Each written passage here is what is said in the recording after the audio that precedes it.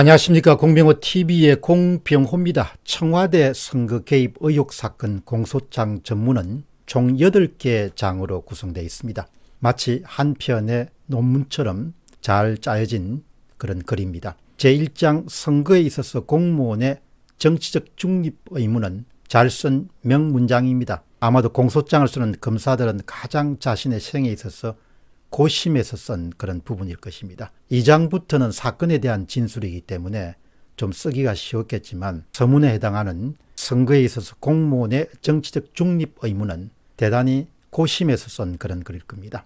자신들이 사건을 깊이 파헤치지 않을 수 없는 이유, 의미, 그리고 자신들이 생각하는 견해를 함축적으로 표현한 것이 바로 제1장입니다. 제1장을 여러분들이 알기 쉽게 분해해서 정리하고 각각의 부분에서 핵심 포인트를 제시하고 간단한 해설을 더하는 시간을 갖도록 하겠습니다. 청와대 개입 사건에 대한 공소장 전문의 제1장은 선거에 있어 공무원의 정치적 중립 의무에 라는 그런 제목이 붙어 있습니다. 첫 번째 포인트는 선거는 공정해야 된다. 선거는 공정해야 된다. 너무나 교과서적인 이야기이지만 그 공정성이 무너졌기 때문에 지금 한국 사회가 소란스러운 겁니다. 공소장은 이렇게 기록되어 있습니다. 공명선거는 참된 민주정치의 구현을 위한 요체일 뿐만 아니라 국가와 사회 발전의 초석으로서 민주국가는 선거가 국민의 자유로운 의사와 민주적 절차에 따라 공정히 행하여지도록 하여야 하고 선거와 관련한 부정을 방지하여야 한다. 여러분, 여기서 아주 중요한 핵심 문장은 민주국가는 선거와 관련한 부정을 방지하여야 한다. 그 문장입니다. 부정을 조장하거나 사주한 국가는 혹은 사주한 정치 권력은 민주국가가 아니라는 점입니다. 아주 중요한 겁니다. 선거에서 부정을 저지른 것은 민주국가에서 행해져서는 안 되는 일이다. 이렇게 준엄하게 경고하고 있습니다. 두 번째는 공무원은 중립 의무를 준수해야 된다. 공무원은 중립 의무를 준수해야 된다. 왜 그런가가 공소장에 낱낱이 기록되어 있습니다. 공소장에는 이렇게 기록되어 있습니다. 공무원의 선거 중립 의무는 국민 전체에 대한 봉사자라는 공무원의 지위, 자유선거의 원칙, 정당 간의 균등한 기회보장 등 헌법적 가치를 구체화한 것으로 국가기관이나 공무원이 스스로를 특정 정당이나 특정 정치 세력과 동일시하거나 특정 정당이나 특정 후보자의 편에서 선거에 유리하거나 불리하도록 영향을 미치는 행위를 하여서는 아니 된다. 이렇게 딱 정리를 하고 있습니다. 여러분, 여기서 아주 중요한 부분은 공무원은 국민 전체에 대한 봉사자입니다. 대통령 또한 국민 전체에 대한 봉사자입니다.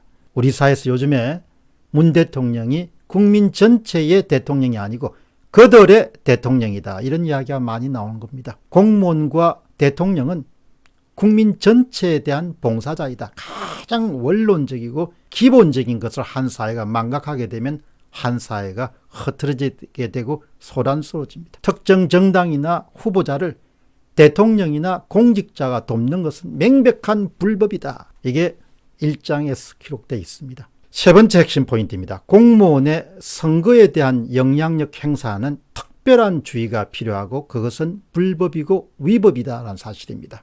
공소장에는 이렇게 기록되어 있습니다. 공직에 부여되는 정치적 비중이나 영향력을 국민 모두에게 봉사하고 책임지는 책무에 부합하지 않는 잘못된 방법으로 사용하여 선거에 영향을 미친다면 이번에 울산시장 지방선거 청와대 하명수사 및 개입건이 작하 이런 경우입니다. 이것은 선거에서 공무원에게 허용되는 정치적 활동의 한계를 벗어나 선거에 부당한 영향력을 행사하는 것으로 국민의 자유로운 의사 형성 과정 및 선택권에 영향을 미치고 정당 간의 공정한 경쟁 관계를 왜곡할 가능성이 더욱 크다.